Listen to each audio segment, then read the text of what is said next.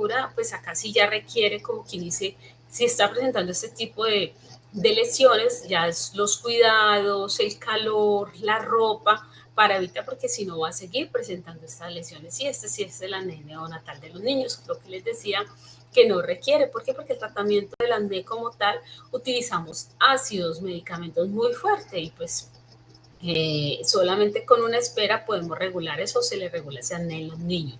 Entonces es importante no utilizar ningún tipo de medicamento para mejorar ese acné en los niños como tal. Entonces acá tenemos ya el acné con comedones cerrados. Entonces básicamente acá tenemos algunas lesiones que se parecen a ese acné, manifestaciones. Entonces es importante, quiste milium también, siringoma, tricoepitelioma, quiste velloso eruptivo, queratosis pilar. Acá tenemos algunos ejemplos de estas enfermedades. Aquí tenemos prácticamente la hiperplasia sebácea, son este tipo de lesiones, pápulas que pueden presentarse, que se ven las lesiones prácticamente que no van a desaparecer, que van creciendo y que pues tiene ese aspecto. Esto es más frecuente en pacientes con pieles grasas y mayores de 50 años, 40 años, dependiendo, son pacientes que han sufrido de mucha piel grasa o una piel muy grasa, entonces van saliendo estas lesiones, estos granitos que no mejoran y cada día me sale más. Entonces por la misma producción de sebo que se va quedando ahí esa grasa, pero no hay una colonización bacteriana como tal. Y vemos también que puede pretener telangiectasia, también un diagnóstico diferencial con carcinomas vasocelulares. Acá tenemos los siringomas también, en ocasiones también lo mismo, producción de sebito, de colesterol, triglicéridos, hay que mirar cómo está. Y básicamente el tratar a estos pacientes es importante también mirar cómo está su parte metabólica. ¿Por qué? Porque podemos retirar esas lesiones y vuelven a salir. Estas lesiones prácticamente más el hiperplasia sebácea son lesiones que no van a mejorar con cremitas ni tópicos, sino que son lesiones que se retiran quirúrgicamente como tal. Entonces acá tenemos también estas neoplasias benignas de origen epitelial que van a alterar la unidad folicular a nivel del bulbo como tal. Son lesiones tumorales benignas, son este tipo de lesiones benignas como tal, genodermatosis, y básicamente por una obstrucción, estos pacientes pues básicamente también son extensión quirúrgica porque no van a mejorar, porque ya tienen una condición genética como tal y pueden aumentar con los tiempos. Entonces con estos pacientes se recomienda estarla retirando continuamente porque pues básicamente va a perjudicar o va a interferir mucho en la estética de los pacientes. Acá tenemos los quistes vellosos eruptivos, muy parecidos a los siringomas, pero la diferencia es que los siringomas son más pequeñitos en región de las pálpebras inferiores o alrededor de las pálpebras. Esos quistes vellosos son más frecuentes en el tronco y por lo tanto son lesiones más grandecitas y tienen una consistencia un poquito más dura. Se ve, por eso es la diferencia. La otra sí es una consistencia más blanda, pero es producida de grasa. Este también es producida de grasa, este es de colesterol, pero su consistencia es más dura. Entonces son los quistes vellosos como tal y más que todo es en el tronco. Ahorita tenemos el acné comedoriano abierto, son ese tipo de lesiones que básicamente lo podemos ver en la queratosis pilar, neocomedoriano y también en los poros dilatados de Winning. Entonces aquí tenemos queratosis pilar. Entonces son esos pacientes que prácticamente se ven más que todo en la adolescencia o en los hombres, son pacientes que dicen que tienen la piel de gallina, ¿listo? Entonces, piel de gallina, entonces prácticamente no es que sea un acné como tal, sino otra manifestación, y por eso es importante identificar cuando estamos frente a un acné o cuando estamos frente a una queratosis pilar. Prácticamente esos tratamientos para estos pacientes con esas queratosis pilar, pues básicamente es un tratamiento continuo. ¿Por qué? Porque no tiene cura, no es como el acné que iniciamos tratamiento y pues la paciente con el tiempo se puede curar.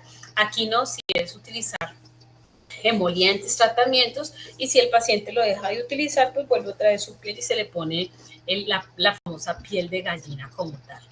Entonces acá tenemos también, ese es un tipo de enfermedad, Fabre, que es el acné de las personas adultas. Entonces son personas que tienen una piel grasa y de una u otra manera se han expuesto, han trabajado toda su vida en el sol. Entonces esta producción de sebo, de grasa, a nivel de los queratinocitos va ocasionando estos puntos negros como tal, va ocasionando ese tipo de lesiones y también puede ocasionar lesiones en niveles nodulares, quística, lo que vemos aquí básicamente también, pero es lo que llamamos el acné de la persona adulta. Entonces se debe a eso, pues el tratamiento en ocasiones es extracción, la parte quirúrgica, y también puede estar asociada la exposición solar y también al tabaquismo. Neocomediano, este es prácticamente es un genético, prácticamente la persona nace con este lunar y a medida que va creciendo este lunar se va extendiendo como tal. En ocasiones hay tratamientos para retirarlo con electro o en ocasiones podemos utilizar algunos retinoides que nos pueden ayudar a mejorar este tipo, ese aspecto, porque pues va creciendo el niño, a pesar de era pequeñito, pero va creciendo y se va extendiendo estas lesiones como tal. Entonces es importante tenerlo presente. ¿Por qué? Porque el niño nació con ese lunar, no es muy frecuente, pero pues se puede dar. Este poro dilatado de Whitney es prácticamente una tumoración benigna, única, no tiene mucho, sino única, que apareció de un momento a otro, es por la dilatación del polo, más que todo se puede dar en el rostro y en el tronco. Y pues el tratamiento de esta lesión básicamente es quirúrgica y es una lesión benigna, no es nada que ver que maligno. Ahorita vamos a hablar de algunas lesiones que parecen nebular inflamatorias, todas las que tienen que ver con lesiones nodulares inflamatorias o pápulas inflamatorias como tal, como vemos aquí en esta diagrama. Entonces aquí vemos todo lo que cuando se va organizando la lesión, que tenemos lesiones pápulas inflamatorias con pústulas, ya vamos a tener unas lesiones mayores, unas lesiones nodulares y en ocasiones hasta lesiones quísticas. Eso es como quien dice lo normal que vamos a ver en los pacientes con un acné. Entonces recuerden que es importante la edad, porque no es lo mismo tratar el acné de una niña en la adolescencia a un niño en la adolescencia. Y tampoco es lo mismo tratarlo en una niña y en una mujer menor de edad a una mujer mayor de edad. Son totalmente diferentes los tratamientos. Entonces, para ese acné vulgar inflamatorio, entonces tenemos algunos de estos diagnósticos diferenciales. Por eso es importante estar bien, hacer una buena anamnesis, una buena historia clínica para saber qué tiene. ¿Por qué? Porque yo puedo confundir la rosácea con el acné y resulta que la rosácea es un proceso inflamatorio, una piel inflamatoria, una piel delicada, y al darle tratamiento para el acné lo que va a ocasionar es una quemadura en el rostro. Entonces es importante tener claro qué está presentando mi paciente y cómo va. Entonces vamos a hablar de la rosácea. La rosácea es una dermatosis inflamatoria crónica de predisposición genética, inmunológica, puede ocasionar, no se sabe su etiología como tal, empeora con la exposición solar, con el calor, los cambios clínicos, con el estrés, y básicamente vamos a encontrar un aumento en la vasculación, por lo tanto un proceso inflamatorio, me va a inflamar también la unidad pilosebácea y pues va a ocasionar que salgan este tipo de lesiones y por lo tanto puede ocasionar una colonización de microorganismos. Entonces van a haber unos factores desencadenantes de esta enfermedad de la rosácea como tal. Entonces ya les digo, es una enfermedad que no tiene cura, tiene control, una dermatosis crónica, y básicamente la vamos a tener más que todo, se va a reflejar en el rostro, en especial en las áreas malares, en el mentón y en la frente. Entonces, ¿qué vamos a encontrar? Primero que todo, vamos a encontrar una producción, aumento en la vascularización. Después de ese aumento en la vascularización, vamos a encontrar un eritema persistente que no mejora, y por esa producción de ese aumento en la vascularización y ese eritema persistente va a comenzar a alterar la unidad pilosebácea, y como va a alterar esa unidad pilosebácea ya van a comenzar a salir unas lesiones, como que unas lesiones, unas comedones, unas pápulas como tal, y va a aumentar, sigue aumentando esta atrofia, esta alteración a nivel de la unidad pilosebácea, y por último me va a comenzar a presentar algunos otros procesos inflamatorios a nivel nasal, de la nariz y también a nivel oculares como tal. Entonces digamos que primero inicia muy leve, pero después va teniendo sus manifestaciones.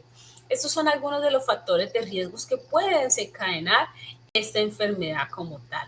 la alimentación. Entonces hay que hacer una buena historia clínica para decirle al paciente. Entonces, etiopatología y fisiopatología, pues no se conoce con certeza la causa o el desencadenante de esta enfermedad, pero se sabe que puede desencadenarse o puede empeorar prácticamente por un episodio X, y en algunos pacientes está relacionado con la alimentación que veíamos, con el estrés, con licor o cambios en la temperatura como tal, o la parte emocional también. Y todo esto hace que si yo debo de tener la predisposición, y si tengo la predisposición a sufrir de esa enfermedad, alguno de esos mecanismos o los otros mecanismos que me puede desencadenar que se active. ¿Y qué pasa? Al activarse eso va a haber una producción va a estar los factores asociados, como le digo, y por lo tanto va a haber una producción a nivel de las lipasas bacterianas. ¿Por qué? Porque resulta que todo eso me vaya a que haya un proceso inflamatorio, y al tener ese proceso vascular como tal va a ocasionar la parte de las lipasas bacterianas, el proceso inflamatorio como tal, y va a ocasionar la colonización o la puerta de entrada de estos microorganismos como tal. ¿Por qué? Porque va a haber un proceso inflamatorio, toda la cascada inflamatoria se va a alterar. Pero si yo no tengo o me controlo en los factores de riesgo o en los factores desencadenantes, pues no me va a ocasionar el proceso inflamatorio. Si no va a haber proceso inflamatorio, no va a haber una liberación o un aumento de estas lipasas bacterianas, y por lo tanto no va a haber una colonización de estos microorganismos como tal.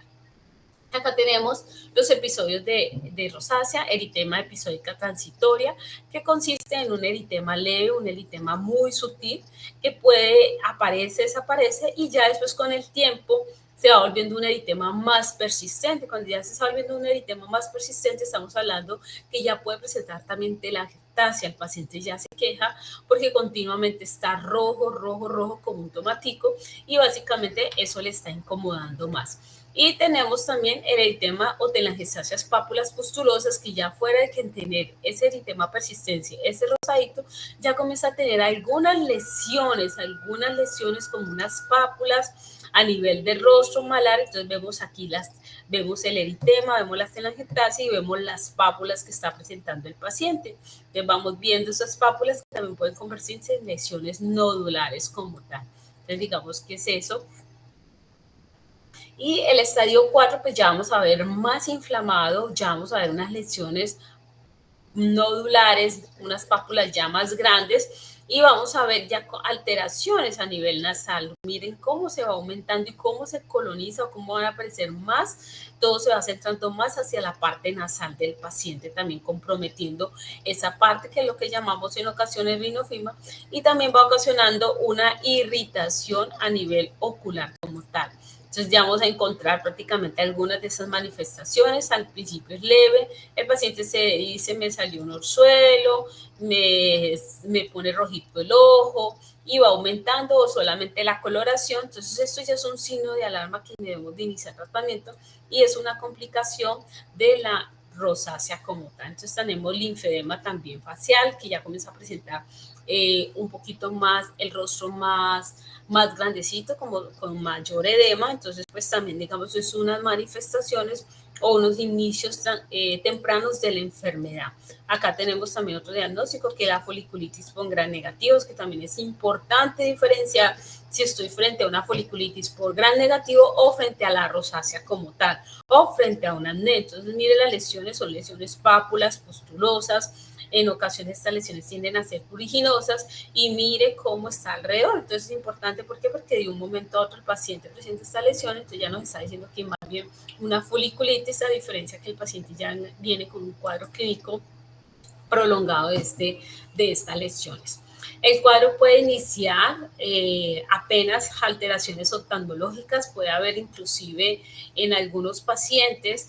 No todos los pacientes que presentan rosácea van a presentar alteraciones oftalmológicas como tal, como la conjuntivitis, calacio. Entonces es importante siempre mirar, evaluar el paciente, porque puede estar presentando ese tipo de alteraciones como tal. Entonces vemos acá compromiso a nivel ocular, los orzuelos que comienzan a presentar de una manera muy repetitiva, que puede ser el inicio de la enfermedad como tal, y epicleritis también por misma alteración a niveles oculares. Entonces acá tenemos diagnósticos diferenciales de la rosácea. Entonces tenemos el acné vulgar, como vemos aquí, o el paciente puede presentar una rosácea y un acné vulgar, o sea, puede tener las dos enfermedades. Otros diagnósticos diferenciales es el lupus eritematoso sistémico. Vemos este tipo de lesiones, el eritema persistente que no mejora y que va apareciendo, se va volviendo más tenso, más eritematoso, y en ocasiones puede ser sintomático. Acuérdense que puede empeorar con el sol, igual que la rosácea también puede empeorar con el sol. Aparecen este tipo de lesiones que van aumentando también. En el eritema malar también tenemos el lupus pérnido, este tipo de lesiones violáceas también, en rostro, en región facial, comprometiendo región malar. Aquí en este vemos que también está comprometiendo la parte nasal, la punta nasal. Entonces, por eso es importante el seguimiento y mirar con esos pacientes. Esos son diferentes diagnósticos diferenciales con rosácea. Dermatitis perioral, entonces son estas lesiones que aparecen, pápulas eritematosas pruriginosas alrededor de la parte labial nasogeniano como tal, a nivel de parte de nariz y también en la parte del mentón. Entonces es importante también diferenciarlo porque también puede confundirse con un acné como tal. Los tratamientos para esta rosácea, pues metronidazol podemos utilizar, ácidos acelaicos en ocasiones o algunos componentes magistrales, y utilizar también en ocasiones medicamento oral dependiendo de la severidad del paciente. Entonces, el pilar del tratamiento de la rosácea, entonces siempre es importante las medidas protectoras, prácticamente tratamientos tópicos, tratamientos orales y láser también es importante que utilicemos. Alguna de esas manifestaciones que les decía ahorita de la rosácea, alguna de las complicaciones, pues es la rinofima, es una enfermedad de la piel de la nariz que consiste en una hipertrofia de la glándula sebácea, que va a llevar a una deformación característica, más que todo es en personas mayores de 40 años, no es más que todo es en los hombres que en las mujeres, pero el paciente no se va dando cuenta y cree que tener la nariz aumentada de tamaño hace parte del signo de envejecimiento como tal, pero no es así.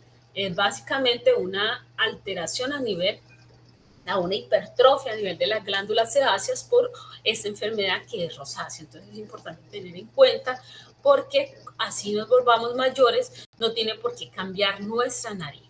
¿Listo? Entonces aquí vemos cambios sutiles, muy sutiles, y cómo va después del procedimiento. Aquí vemos también que es muy sutil, pero ya vemos un aumento a nivel de la parte nasal como tal. Entonces aquí tenemos la foliculitis también bacteriana, procesos agudos con rápida diseminación, pápulas, pústulas, lesiones foliculares que en ocasiones puede presentar prurito. Por eso hablamos ahorita del diagnóstico diferencial de la queratosis pilar. Aquí sí tenemos una foliculitis que prácticamente iniciamos tratamiento y el paciente mejora, a diferencia del paciente con queratosis pilar. Por eso es importante diferenciarlo, porque aquí sí utilizaríamos medicamentos ácidos, medicamentos para el acné, en el otro no, en el otro tenemos que utilizar medicamentos para restaurar la barrera como tal. Entonces acá tenemos la pseudofoliculitis de la barba, este tipo de lesiones también que incomoda mucho, más que todo en fototipos altos, y pues aquí también hay que tener medidas de cuidado, de higiene, para evitar este tipo de lesiones. Digamos que a veces los hombres quieren depilarse o se rasuran más que todo con la máquina que con cuchilla, y pueden ocasionar este tipo de lesiones, pues, hiperpigmentaciones, lesiones nodulares dolorosas como tal. Acá tenemos la hidradenitis supurativa, es una manifestación también de las adenoides como tal, básicamente, y estas lesiones van apareciendo con lesiones nodulares, lesiones quísticas en regiones de axila, en regiones inguinales, y básicamente requiere otro tratamiento. No se trata como decir un acné como tal, no es una condición, y en ocasiones hay que hacer procesos quirúrgicos en estos tipos de pacientes. Tener en cuenta que las lesiones del acné no se tratan superficialmente, son lesiones que van a estar a nivel de la dermis, y van a estar en la dermis, pero son cicatrices que están ocasionadas en la dermis, por lo tanto debo de tratarla directamente la alteración en la dermis. ¿Por qué? Porque debo utilizar paratología. Si no utilizo paratología, básicamente ninguna crema me va a ayudar a mejorar o a restaurar la barrera cutánea como tal de una alteración que ya hay a nivel de la dermis como tal. ¿Listo? ¿Preguntas?